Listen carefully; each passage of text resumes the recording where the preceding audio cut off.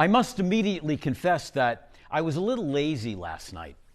Usually, if I'm not out giving a retreat in a parish somewhere, if I'm just at home, I usually kind of wander over to our church where we have our offices and a small chapel on the ground floor.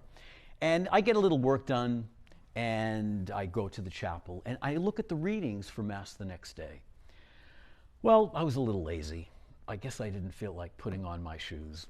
And so I did my praying and my reading of the scripture in my room, in my house.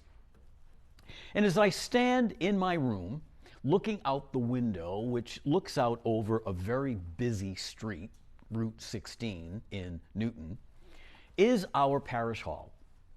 A big building, an original building that was a gym, and it's been added on a couple of times over the years. It's over 100 years old. It was originally built by the Archdiocese of Boston here in conjunction with the parish as a meeting place for the young people, young Catholics moving into Newton about 120 years ago.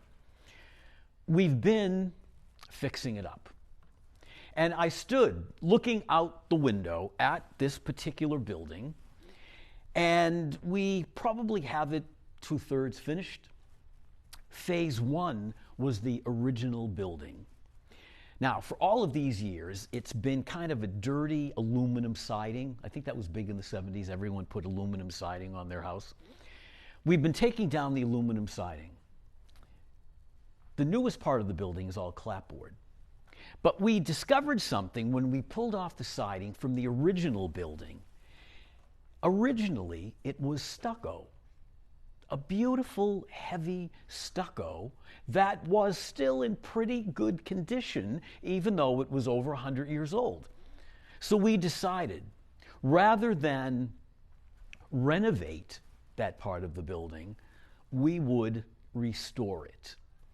And there's a difference between renovation and restoration.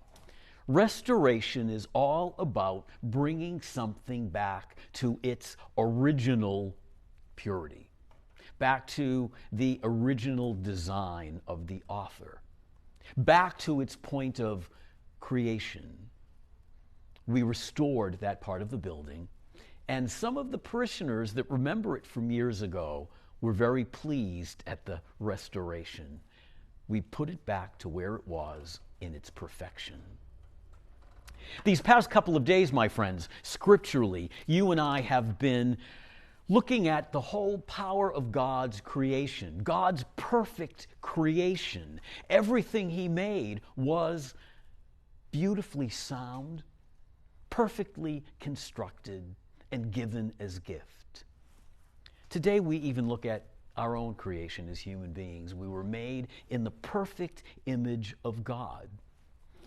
And when we look at the work of Jesus, Jesus is all about restoration.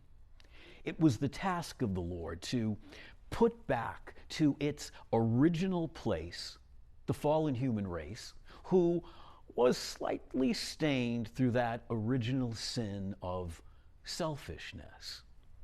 Whether Jesus is healing emotionally, spiritually, physically, He's about restoration. Putting everything back to the way it was when His Father created it in perfection.